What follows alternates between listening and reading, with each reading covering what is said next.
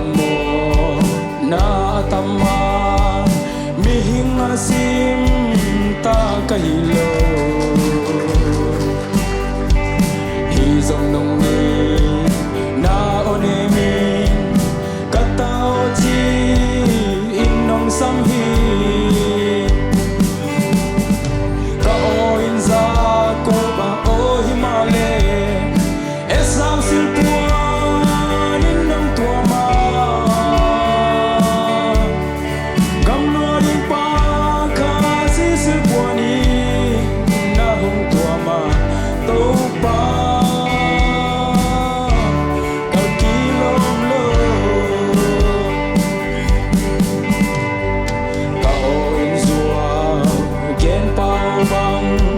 Zakop obang may kahiya Esau silpuan kasi hangin kamo natin nang may sata kaoin zakop o himale Esau silpuan inong tuama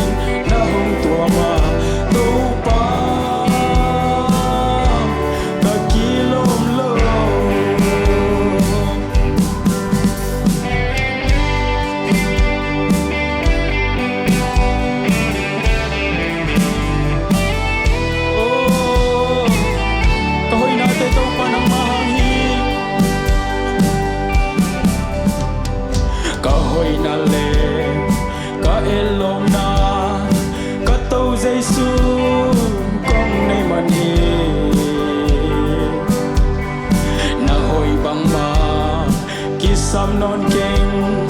bang kimaka bang kim nahi kaoin sa ko ba o himale Esau silpuan inong tuama gamlo ring pa kasi silpuani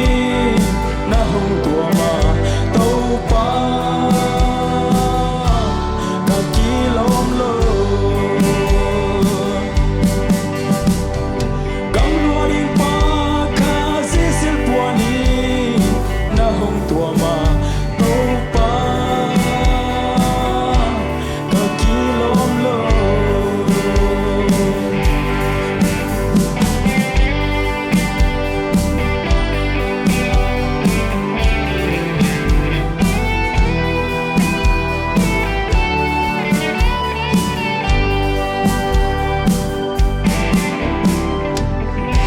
Kilom lo pi mi ding tang sak i biak Jesu min thana nga ton tung ta he